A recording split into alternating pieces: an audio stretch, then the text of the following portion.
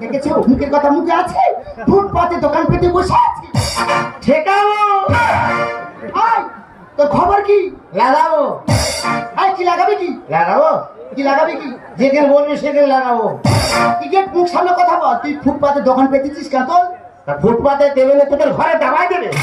আজকে মুখ সামনে কথা বলি, দোকান ভেঙে দেবো বিয়ার। ও বা এর বড় খোঁজ নিবি।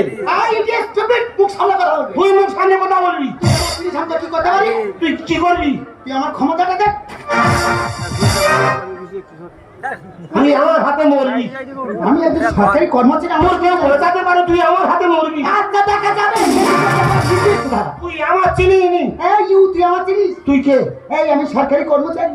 আমি বেসরকারি কর্মচারী।